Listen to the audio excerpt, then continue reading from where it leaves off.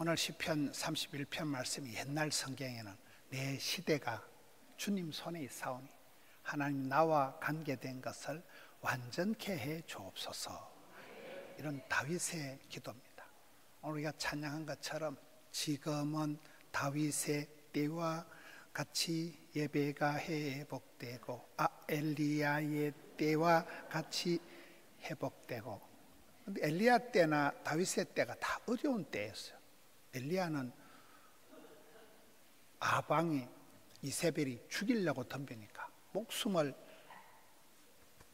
걸고 선지자를 잡아 죽이는 시대에 피난 생활을 하고, 기후가 3년 6개월 동안 비가 안 오고 그런 시대에 피난 생활을 노다지 다니던 사람이 엘리야고, 그런 엘리야 때에 가장 강력한 하나님의 역사가 나타났고, 다윗도 10년 동안을 사선을 넘어가면서 피난 생활할 때 그때 하나님이 광야에서 빈들에서 동굴에서 다윗을 붙드시고 지켜주시고 다윗의 그 관계된 모든 원수들의 손에서 그를 온전케 해주셨다는 게 오늘 본문의 말씀입니다. 내 시대가 주의 손에 있사오니, 나의 앞날이 주의 손에 있사오니. 이런 우리가 살다 보면 내 인생을 하루도 내 마음대로 할 수 있는 게 없어요. 코로나 때 주제가가 내일 일은 난 몰라요, 하루치기 하는 거잖아요. 내 마음대로 되는 게 아무것도 없어요. 내일 일을 알 수가 없고, 인간관계가 얼마나 복잡하고 두려운지 사람을 알아가고 사람을 만나는 게 힘겨운 시대입니다. 지난주에는 우리 교회에도 어떤 중직자 한 분이 그 부고장을 이렇게 문자가 왔는데 그게 보이스피싱이더라고요. 많은 사람들이 그걸 누른 거예요. 그래가지고 그냥 휴대폰 탈탈 다 털리고, 그런 시대가 편리한 게 휴대폰인데도 휴대폰 하나 잘못 눌러버리면 온 정보가 다 날아가 버리는 그런 시대를, 우리가 무서운 시대를 살아가고 있습니다. 내 시대가 내가 애쓰고 노력한다고 내 마음대로 되는 게 아니에요. 생로병사, 흥망성쇠, 생사화복이 하나님이 주관하시기 때문에 내 시대가 주님 손에 있다는 거예요. 그래서 주님 나와 관계된 것을 새롭게 해주시고 고쳐주시고 만져주시고 나와 관계된 것을 완전하게 해주세요. 이게 오늘 본문의 다윗의 기도입니다. 이 관계 지수를 높여라. 나와 관계된 사람들과 어떻게 관계를 유지하느냐가 중요합니다. 여러분, 이 불확실한 시대에, 내일 일을 알 수 없는 시대에 나와 관계된 관계를, 사람들과의 만남을 어떻게 해야 될까요? 우리 인생을 삼삼하게 사는 방법이 있어요. 오늘이 3월 3일이잖아요. 삼삼하게 사는 방법은 예레미야 33장 3절. 너는 내게 부르짖어라. 내가 네게 응답하겠고 크고 비밀한 일을 보이리라. 인생이 내가 준비한다고 되는 게 아니고 하나님을 찾고 구하고 두드리고 사모하고 부르짖으면 하나님께서 맞춤형으로 복을 주신다는 거예요. 크고 비밀한 삼삼한 세계가 펼쳐지는 세계입니다. 두 번째, 여러분이 인생을 풍성하게 열매를 맺으려면 어떻게 하면 될까요? 요한복음 12장을 따블하면 24절. 저는 성경을 그렇게 외웁니다. 333 예레미야 33장 3절. 요한복음 12장 따블로 24절을 하나님의 미랄에 대한 말씀입니다. 하나님의 미랄은 가만히 있는 게 목적이 아니에요. 잘 보관하는 게 목적이 아니에요. 반드시 땅에 떨어져, 싱싱할 때, 잘 나갈 때 뚝 떨어져서 썩어버리면, 죽어버리면 많은 열매를 맺는다. 예수님께서 그렇게 하나님의 미랄 같은 삶을 사셨고, 아사교회생 필사적생, 나를 쳐서 십자가에 복종시키고 자기를 부인하고 자기 십자가를 지고 주를 따라가는 그런 삶이, 하나님의 미랄 같은 삶이 반드시 많은 열매를 맺는 것입니다. 신앙생활을 하면서 자존심 내려놓고 똥꼬집 내려놓고 주를 따라갈 때 나는 죽고 예수로 살아가는 삶이 가능한 것입니다. 삶을 혁신적으로 바꾸려고 하면 어떻게 하면 될까요? 4.19 혁명을 생각하고 갈라디아서 4장 19절, 바울이 고백할 때 내가 너희 속에 하나님의 형상을, 그리스도의 형상을 이루기까지 내가 해산의 수고를 치른다. 산통을 치르고 성장통을 치르고 아이가 자라나듯이 회개하면 회복되고 항복하면 행복해지고 해석이 되면 해결이 되고 해산의 수고를 치를 때 생명이 아기가 태어난다는 거잖아요. 나와 관계된 것을 어떻게 내가 새롭게 할 수 있습니까? 나와 관계된 것을 우리가 거리 유지를 잘해야 됩니다. 체온 유지를 잘해야 됩니다. 시선 유지를 잘해야 됩니다. 거리 유지가 뭡니까? 여호와를 가까이 하면 내게 복이에요. 포도나무 가지의 비결은 포도나무 가지가 줄기를 떠나면 말라 죽습니다.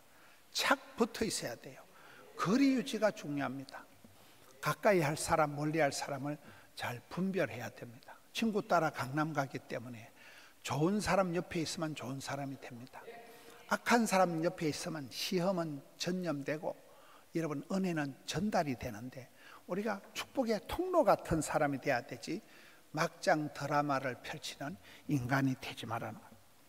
누구를 가까이 하느냐? 여호와를 가까이 하는 하나님 중심, 이 거리 유지를 잘해야 되고, 체온 유지는 암은 저온에서만 자라기 때문에 여러분 암 환자들은 온열 치료, 열을 가해서 암세포를 잡습니다. 우리 몸을 항상 따뜻하게 유지해야 되는 거예요. 암이 안 걸리려고 하면 따뜻하게 해야 됩니다. 온열 치료를 하듯이. 여러분 성령은 불입니다. 마귀는 뱀입니다. 창세기에 마귀가 뱀으로 나타날 때 뱀은 냉혈 동물이에요. 뱀은 피가 차고 성령은 불처럼 나타나.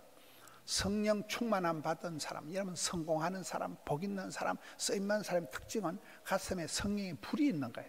불덩어리는 이열치열하는 거예요.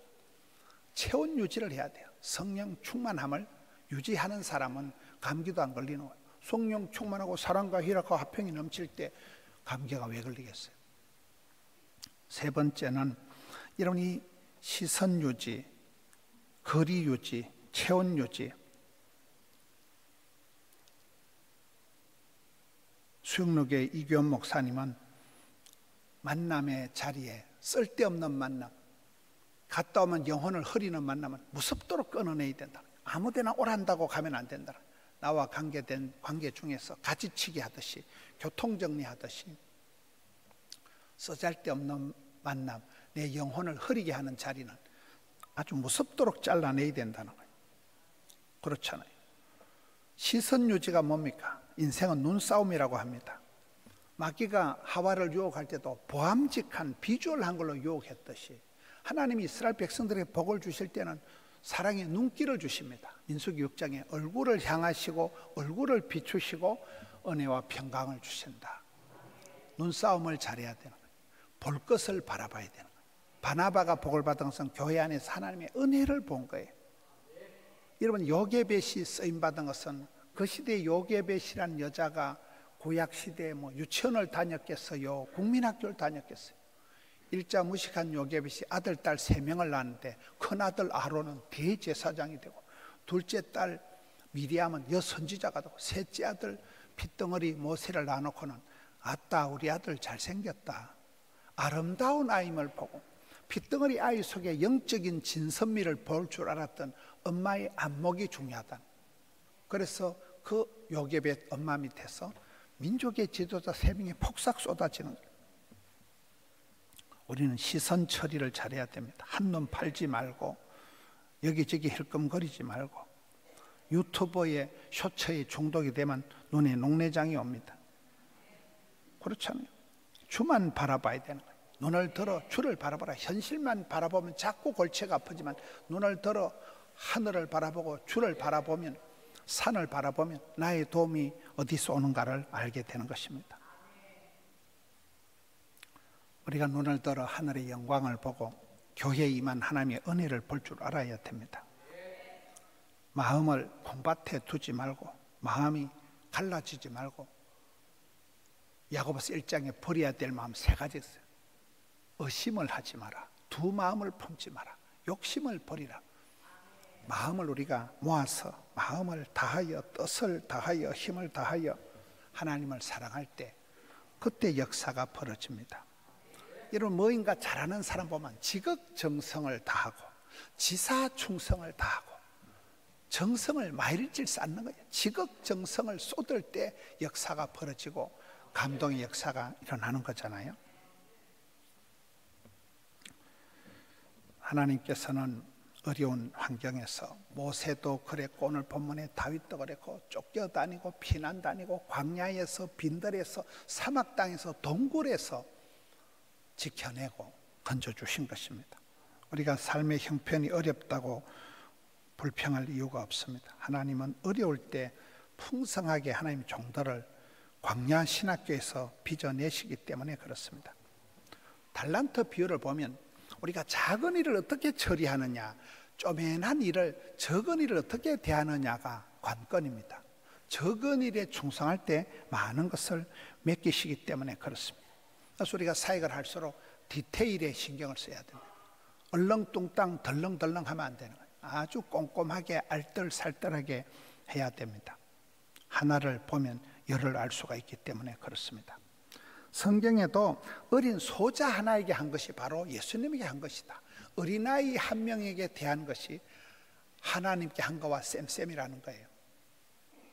우리가 어린이를 전도한다, 교회 학교 어린이 사역을 한다, 어린아이들에게 투자를 하면, 오늘 조금 전에 기도하니 주원이 얘들 가족도 어린 애들이었는데 엄마 아빠가 집사님이었는데 금방 자라가지고 애들이 청년이 되고 결혼하고 다시 또 아기를 놓고 이렇게 되는 것입니다. 어린 아기를 잘 인도하면 엄마 아빠 30, 40 세대도 그대로 따라오는 것입니다. 전도를 못하면 애라도 낳고 입양을 하라는 말이 있습니다. 전 이번에 아프리카 우간다 가서 김동수 박사라고 이렇게 만났는데 제가 참 감동을 받았습니다. 그분은 연세가 83세인데 58세에 예수를 믿었더라고요. 지난주 집회한 LA 은혜 한인교회 교인이더라고요. 의사 선생님이 58세에 한갑이 다 돼가지고 예수를 믿고 그 세월이 너무 아깝다는 거예요. 그래서 83세 되신 분이 아프리카에 와서 아프리카의 흑인 아이들 2명을 입양을 해가지고 살더라고요. 이분의 자녀가 4명인데 큰아들이 하버드를 나온 의사고 아들 4명 중에 2명이 의사고 이런데 그놈들 뭐 유산 물리 주봐야 싸움 박질밖에 안 하니까 자기는 아프리카 와서 선교한 거예요. 부인 권사님은 돌아가셨고 83세 되시는 할아버지가 혼자 사는데 흑인 아이들 2명, 부모 없는 아이들 입양을 해가지고 남자 3명이 한 집에 사는 거예요. 이 할아버지가 자동차도 없이 무료로 병원에 진료를 다 해주고 자동차도 없이 오토바이를 타고 아기들을 아침에 학교 태워주고는 아기들한테는 무조건 요한복음을 외워라. 한동대 총장하신 장순홍 그 박사님이 그 요한복음 3장 16절에 멸망치 않고의 은혜 받았듯이 애들한테 요한복음을 다 암송하게 하고 자기도 요한복음 공부하다가 예수를 믿었다는 거예요. 그분이 미국 생활에서 오랫동안 벌어놓은 돈을 가지고 아까 그 학생 1450명 중고등학생들에게 1년에 1억 원씩 장학금을 개인적으로 전달합니다. 당신은 옷을 뭐 시골 노숙자 같이 할아버지 얼굴이 또 장기려 박사님하고 똑같은 거예요. 외모가 그렇게 수수하게 할아버지가 83세 되신 분이 어떻게 애를 입양을 했을까? 여러분 극동방송의 김장한 목사님하고 비슷하더라고요. 김장한 목사님이 어릴 때 구두 닦기 했거든요. 그 미군 아저씨가 얘야 내 딸아 미국 가서 내가 공부시켜줄게. 근데 그 데리고 간 미군이 부자가 아니에요. 그 미군 아저씨가 장가도 안 가고 김장한 어린이 학자금 밀어주다가 자기는 호래비로 평생 살다 죽은 거예요. 그 군인 아저씨 하나가 구두 닦기 소년을 데려다가 세계적인 김장한 박사를 목사를 만든 것처럼 이분도 그렇게 살아가더라고요. 83세 의사가 그 아프리카에서 무료로 진료해주고 83세 할아버지가 어린 아이들 2명을 입양을 해서 너무나 행복한 가정생활을 하는 것을 보았습니다. 지금은 미약하고 83세의 어린애 2명 입양해서 옷잡고 싶었지만 그 아이들이 자라서 김장한 박사가 되듯이 역사는 그렇게 흘러가는 것입니다. 지금은 미약하지만 전혀 새로운 문화가 펼쳐지는 것입니다. 우리 교회가 구포에서, 덕천동에서 하명 찍고 금곡 찍고 양산 찍고 영상을 통해서 우리 교회가 큰 변화가 있었습니다. 영상을 통해서 그야말로 글로벌한 국제적인 그런 교회가 되었습니다. 이번에 아프리카 가보니까 황금어장이 추수할 때가 막 휘어져서 물어익은 거예요. 애들이 그렇게 초등학교 아이들이 10,000명이 되고 선생님들이 700명이 되고 중고등학교가 지어오는데 1,450명의 학생이요. 부모님들하고 그날 그 잔치에 2,000명이 나오는데 돈 100만 원 가지고 2,000명을 잔치를 다 해먹였습니다. 그렇게 아프리카는 막 풍성합니다. 미어 터집니다, 사람들이.